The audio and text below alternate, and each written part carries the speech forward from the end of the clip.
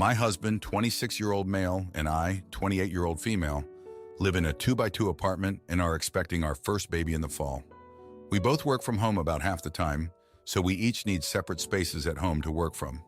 He currently works in our second bedroom, and I work in the living room. We will each only have 4 weeks of maternity/paternity leave, but after that, I can continue to work from home through the end of the year. My parents live out of state, and they have already assured us that they will stay in a hotel when they come to visit us to meet the baby, which can be any time I choose. My in-laws live about 3 hours away, and we drive to visit them every couple of months for a long weekend. This will be their first grandchild. I like to keep our house pretty clean and organized, and we have no pets. My in-laws have a massive dog that sheds all over their house, and they do not keep a clean and organized house at all. I dread going to stay with them, but they are perfectly nice, and I want to have a good relationship with them, so I suck it up for a few days, even though I am totally grossed out and have allergy issues when we stay there. My in-laws have never come to stay with us since we have lived in the same state. We always go to them. Okay, so here's my issue. My husband has made the assumption that my mother-in-law will stay with us for several days to weeks after the baby comes to help out. I told him that I don't think we need any help with just one baby, especially since I have extensive childcare experience and am a medical professional. I don't want anyone to come and stay as a guest who I have to clean up after, on top of having a new baby for the first time. His argument is that she will be there to help watch the baby and to cook and clean for us. I don't want her to do any of that, partially because I find it unnecessary, and partially because I'm certain it will just create more work for me. My in-laws are welcome to come and visit for a few days at a time and see the baby for a few hours at a time, but I don't want anyone staying in our apartment with us. We have just enough space for us to both work from home comfortably and can convert our second bedroom into a nursery when the time comes. I want to eliminate the guest bed and ask his parents to stay in a hotel when they come to visit. I'm willing to compromise and offer an inflatable mattress or our large couch in the living room if they want to stay for a few days maximum. But even that makes me cringe. Am I being crazy, or is this a reasonable request? Now for a few comments before the update. Comment 1. Not the idiot. If for no reason other than this wasn't a decision for your husband to make on his own. I will preface this by saying I am not married and I do not have children. However, my brother and his wife had twins a year ago, and my mom and I talked about this some leading up to their birth. As the mother-in-law, who lives 4 hours away and was the closest grandparent, my mom's points were: 1. It's up to the new mom if they want anyone to stay in their house after the birth and who that person is. 2. Given the highly personal nature of some new mom activities, that is breastfeeding, the new mom would most likely feel most comfortable with her own mom, not mother-in-law. 3. As the mother-in-law, she would offer to do whatever the new mom wanted, but wouldn't force herself onto the new mom. Sorry if I wrote that in a confusing way. I just wanted to make it more generic and not just about my mom and sister-in-law. Comment 2. So when my first was born, my mother-in-law came to stay for a week. She did help around the house, but things had to be done her way. She also was annoyed that we didn't allow her to smoke in the house and that she had to change clothes when she came in if she wanted to hold the baby. Finally, Friday rolled around and my mom offered to come. Now, my mom is questionable, but when it comes to a new baby, she comes to work and gets paid in baby snuggles, and she doesn't smoke. So I talked to my husband, and he agreed to switch the mothers out. He was tired of the constant complaining about not being able to smoke in the house too. Mother-in-law never forgave me for that. But seriously, I can't whip out a breast in front of my mother-in-law. Grandparents are privileged to spend time with their grandbabies. It's not a right. Now for the update. Hey everyone, thanks for reading. So a lot has happened in the past week that has really shifted my perspective on everything. First off, my husband and I had a long, serious talk about his mom staying with us after the baby is born. I laid out all my concerns again, and he finally seemed to get it. He admitted that he hadn't really thought about how much extra work it would be for me to have his mom around, especially since she isn't the tidiest person. He also realized that having her dog around would be a nightmare for my allergies and the cleanliness of our home. So we agreed that his parents would stay in a hotel when they visit, just like my parents. This was a huge relief for me, but it also made me realize that we needed to communicate better about our expectations and boundaries. Then, something unexpected happened. My husband got a call from his boss saying that his company is downsizing and he might lose his job. This news hit us like a ton of bricks. We were already stressed about the baby coming, and now we had to worry about our financial stability. My husband was devastated, and I could see how much this was affecting him. He started to question everything, from our decision to have a baby to our living situation. It was heartbreaking to see him so lost and unsure of himself. In the midst of all this, my parents called to say that they were planning to visit us sooner than expected. They wanted to help us get ready for the baby and offer some emotional support. I was grateful for their offer, but I was also worried about how my husband would react to having them around during such a stressful time. Surprisingly, he was open to the idea. He said that having my parents around might actually help him feel more secure and supported. This was a big change from his usual stance on having guests, and it made me realize how much he was struggling. When my parents arrived, they immediately started helping us with baby preparations. They brought a bunch of baby supplies and even helped us set up the nursery. My dad, who is a retired carpenter, built some custom shelves for the nursery, which was a huge help. My mom, who is a nurse, gave us some valuable advice on newborn care. Their presence was a huge comfort to both of us, and it made me see how important it is to have a support system during such a major life change. One evening, while my parents were out for a walk, my husband and I had a heart-to-heart conversation. He opened up about his fears and insecurities about becoming a father and potentially losing his job. He admitted that he felt like he was failing us and that he didn't know how to handle everything. I reassured him that we were in this together and that we would find a way to make it work, no matter what. This conversation brought us closer together and made me realize how much we needed to support each other during this challenging time. A few days later, my husband got another call from his boss. This time, the news was more positive. His boss told him that while his current position was being eliminated, there was an opportunity for him to take on a different role within the company. It would involve some retraining and a slight pay cut, but it was a job. My husband was relieved and grateful for the opportunity. This experience made him realize that he needed to be more adaptable and open to change, which was a valuable lesson for both of us. As we continued to prepare for the baby's arrival, I started to reflect on my own childhood and the support my parents had given me. I remembered how my mom had always been there for me, even when things were tough. This made me appreciate her even more and made me determined to be the best mom I could be for our baby. I also realized that I needed to be more understanding and supportive of my husband, especially during times of uncertainty. One night, while we were putting the finishing touches on the nursery, my husband shared a story from his childhood that I had never heard before. He told me about how his mom had struggled to raise him and his siblings on her own after his dad left. She had worked multiple jobs and sacrificed so much to provide for them. This gave me a new perspective on his mom and made me understand why he felt so strongly about having her involved in our lives. It also made me realize that I needed to be more compassionate and patient with her, even if her habits sometimes drove me crazy. As the week came to an end, we were feeling more prepared and supported than ever. My parents had to head back home, but they promised to return when the baby was born. My husband and I were in a better place emotionally, and we had a clearer understanding of each other's needs and expectations. We knew that there would be more challenges ahead, but we were ready to face them together. Thanks for reading. Am I the idiot for letting my sister's family stay in my flat and upsetting my neighbor? My sister, her husband, and two girls, 1-year-old and 3 years old, are visiting me and my partner in our London flat from Thursday night to Saturday night. The flat has 2 bedrooms and is technically a maisonette with 1 bedroom above the other. Because the property is old, you can hear every footstep in the upstairs bedroom from the bedroom below, and voices, etc. We have neighbors who live directly below our lower bedroom. Given that our lower floor bedroom is a bit larger than the upstairs spare bedroom, my partner and I, who usually share the lower bedroom, gave this to my sister and her family for the few nights. At about 3:30 a.m., the 3-year-old was sick, the 1-year-old was crying, and there was, of course, commotion and footsteps as my sister and her husband were trying to sort things out for 20 minutes or so. My partner and I had woken up, as we had a few times in the night when the 1-year-old had cried. At about 4 a.m., my neighbor started banging on the door. I rushed downstairs, pulling on some shorts inside out, no glasses on, and listened to my neighbor angrily rant at me for 3 minutes.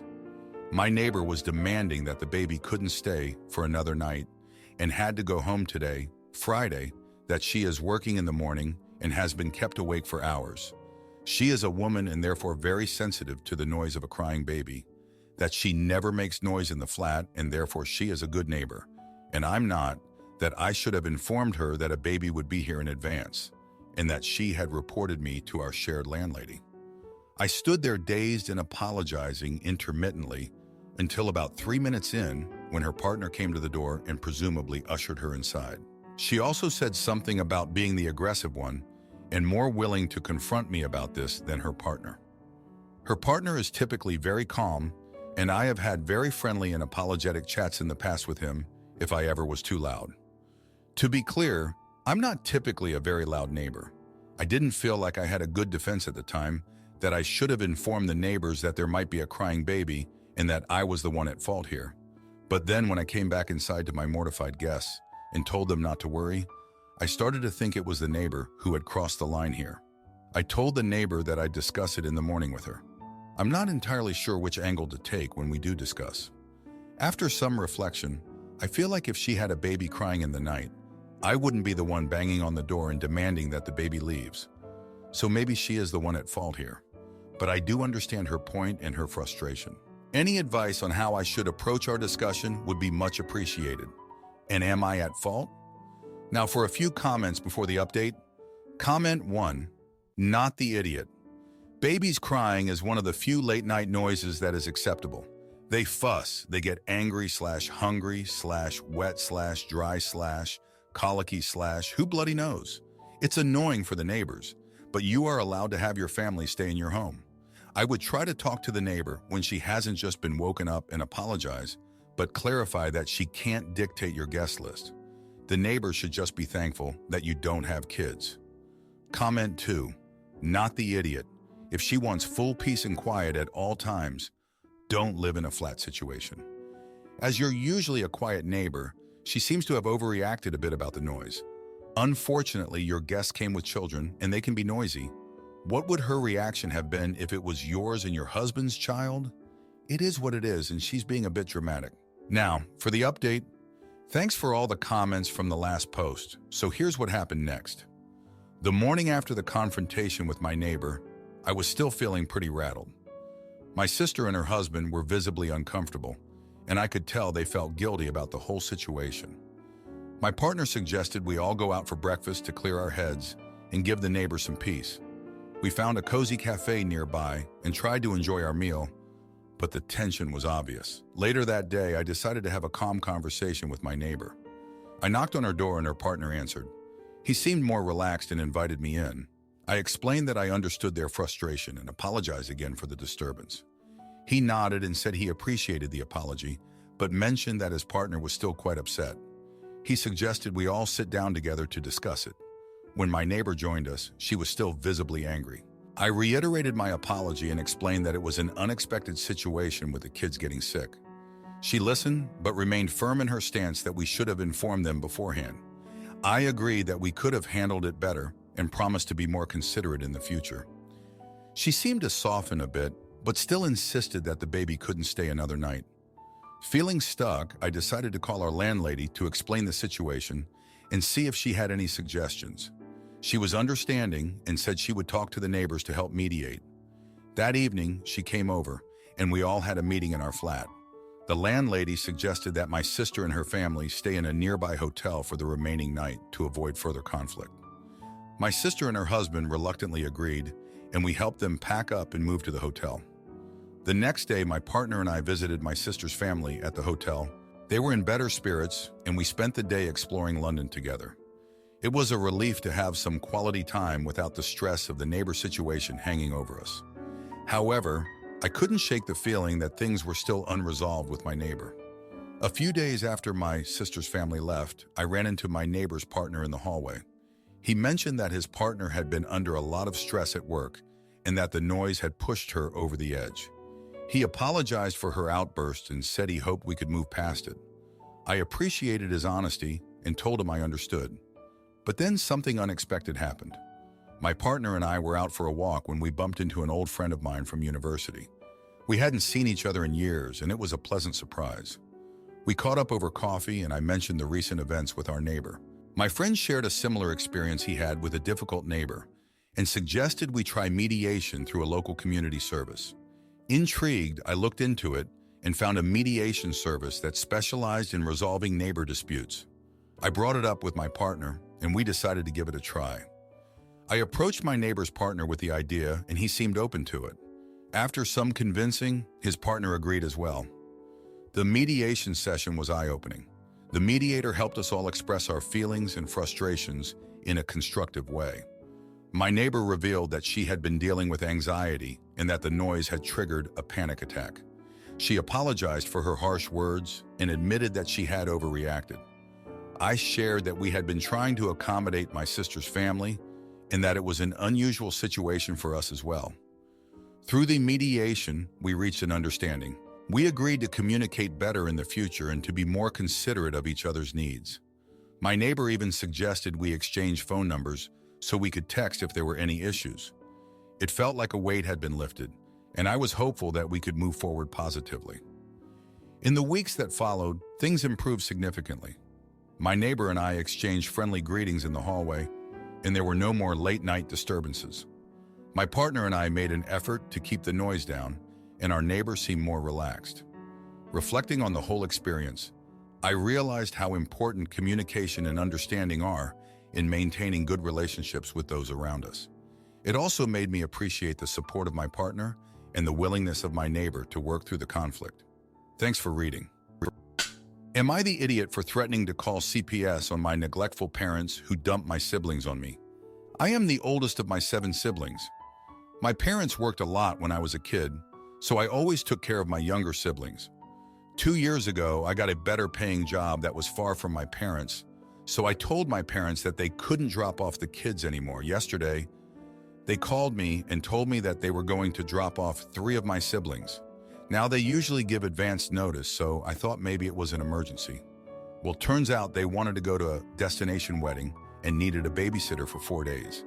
I told them no because my place isn't big enough for 3 extra people to sleep at. I lived far from them now and wouldn't be able to drive them to school, and I didn't have the time or resources to take care of 3 little kids for 4 days. They responded with, "Oh, I'll give you money to buy them food and air mattresses, and they can skip school." I then told them all no again, to which they responded, "We are at your house already, open up." I wasn't home at the time and told them that I wouldn't be home for 20 minutes.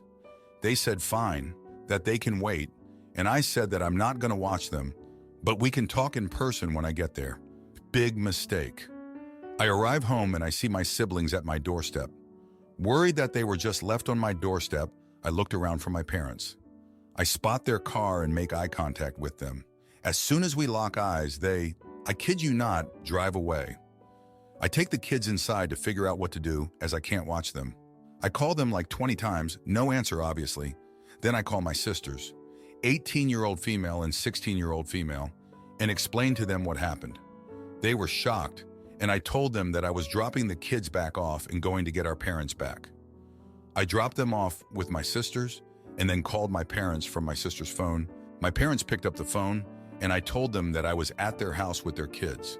I was going to leave them with my sisters, and if they don't come back to watch the kids or arrange for them to have a proper babysitter within 2 hours, I am calling Child Protective Services on them. As I left, I told my sisters to call me if they need anything, give me updates, and let me know if our parents weren't back, haven't figured out babysitting arrangements in the next 2 hours. Well, anyway, 2 hours passed, and I got no updates, so I texted my sister and asked if she got any response from my parents. She said no, and that they aren't responding to their texts. After no responses, I called my police friend to do a wellness check just to scare them into coming back. It worked, and they returned, missing the wedding.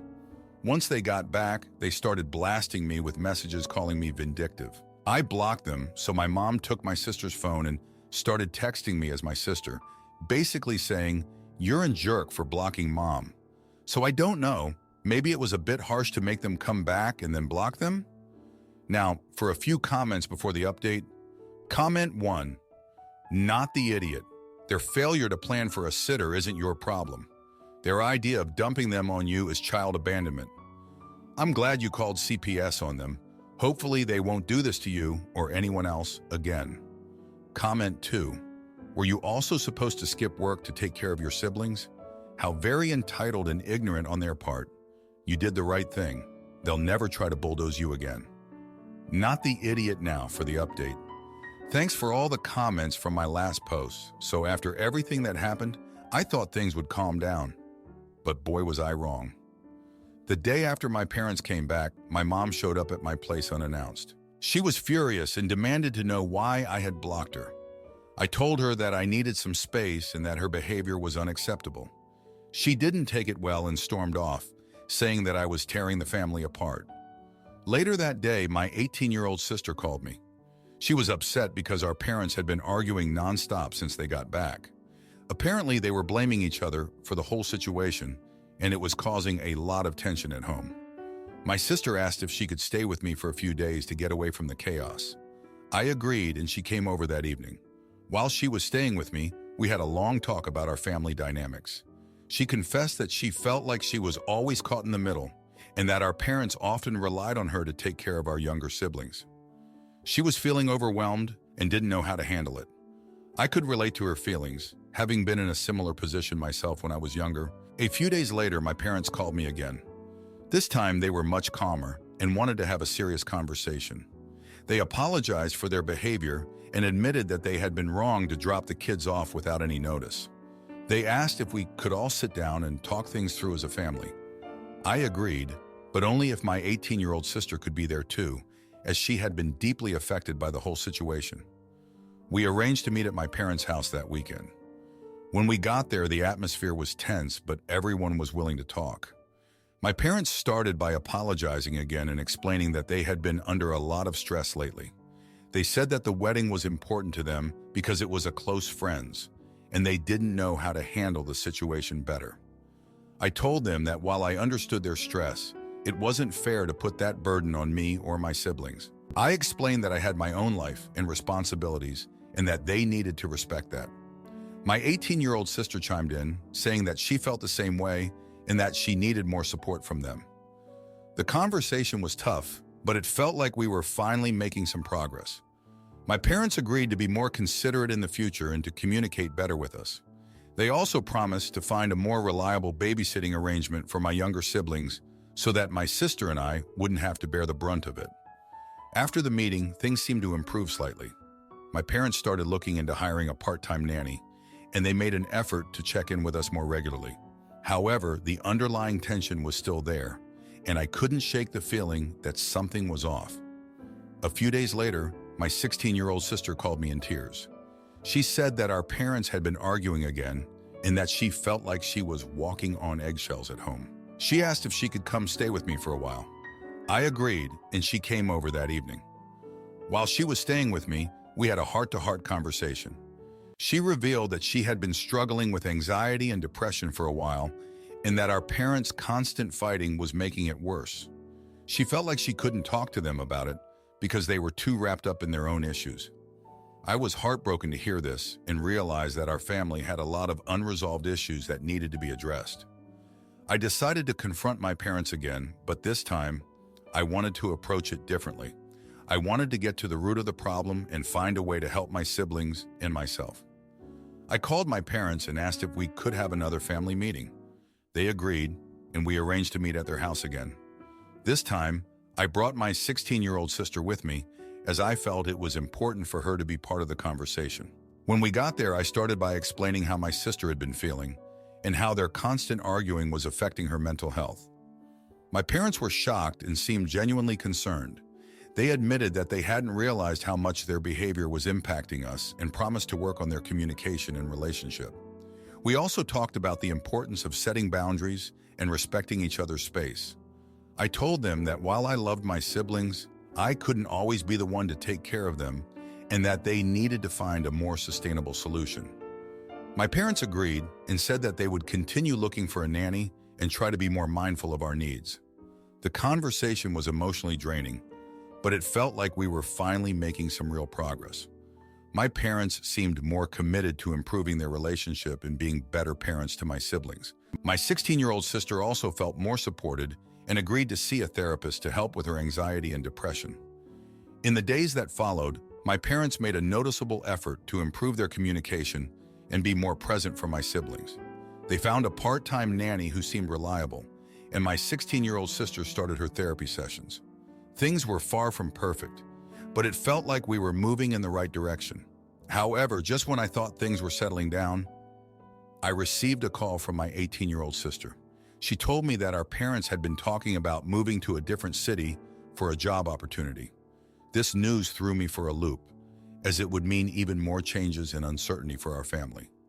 I knew that this decision would test my true loyalties and force me to confront my own feelings about my role in the family. But before I could fully process this new development, I had to focus on supporting my siblings and helping them navigate whatever came next. Thanks for reading. If you like this video, you'll probably like these too. Also, while you're here, please consider subscribing. It's your support that keeps this channel alive and allows me to make better and longer videos. Have a great day.